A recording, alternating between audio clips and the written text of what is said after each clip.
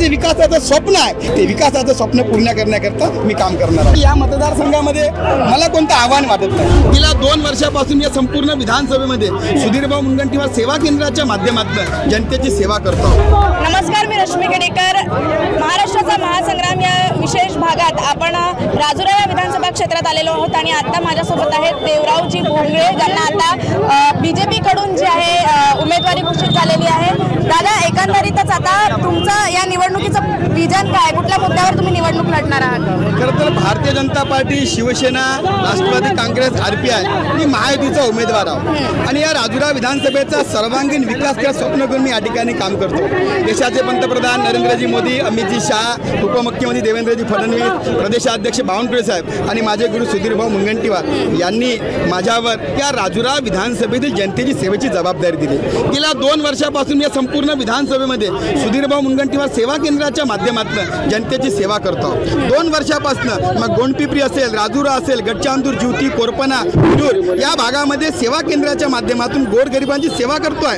गेल्या 2 वर्षामध्ये 27,000 लोकांची रुग्ण तपासणी केली, 2700 लोकांची मोठ्या शस्त्रक्रिया केल्या आणि या भागामध्ये विकासामध्ये मी अजूनही कोणत्या पदावर नाही, पण सुधीरभाऊच्या माध्यमातून अनेक विकासाची कामं केली।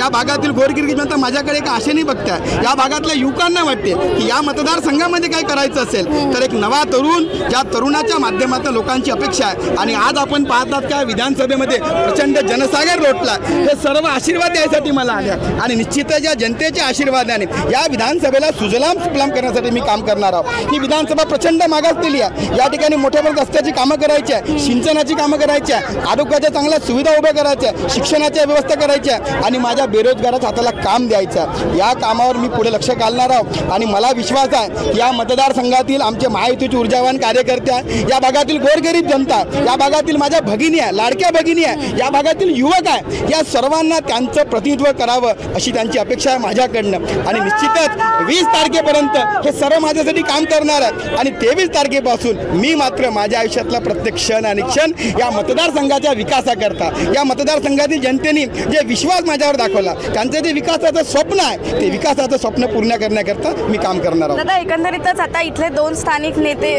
वगळतात ही उमेदवारी जी तुम्हाला घोषित झालेली आहे आणि याला तुम्ही कसं पुढे नेणार आहे, कसं तुमचं विजन आहे? कॉम्पिटिटर पण आहेत आणि त्यासोबतच आपण इथली जर गोष्ट पाहिली, स्थानिक कुठल्याही निवडणुकीमध्ये BSP फॅक्टर येतो, वीज, रोड आणि याची पाण्याची समस्या असते। आतापर्यंत जे विद्यमान नेते आहेत त्यांनी या समस्या कशा दूर केल्या तुम्हाला वाटते आणि तुम्ही जर आमदार झाले तर त्या कशा दूर करणार? खरं तर माझ्या पक्षाच्या नेत्यांचं मी आभार व्यक्त करतो आणि प्रत्येकाला उमेदवारी मागायचा अधिकार आहे। पक्षाने मला उमेदवारी जाहीर केली आहे। मी आमच्या दोन्ही माजी आमदारांना भेटायसाठी गेलो, त्यांना विनंती केली आणि पक्ष नेतृत्व त्या ठिकाणी निर्णय करेल। मला वाटते की या मतदारसंघामध्ये मला कोणतं आव्हान वाटत नाही, कारण की या मतदारसंघामध्ये ज्यांनी आता काम केलं एकाच पद्धतीचं काम केलं, कोणीही सेवेचं काम या ठिकाणी केलं नाही। मी या ठिकाणी आलो, सेवा केंद्र स्थापन केलं आणि या मतदारसंघातील गोरगरीब जनतेच्या सेवेचं काम मी त्या माध्यमातून करतो आणि मी आपल्याला सांगतो की या मतदारसंघ प्रचंड मागासलेला, यामध्ये काम करण्याची खूप गरज आहे आणि मला वाटते की आज जे आमचा युवक आहे त्या युवकांची माझ्याकडनं अपेक्षा आहे आणि त्या सर्वांच्या अपेक्षावर खरं उतरत मी हा मतदारसंघ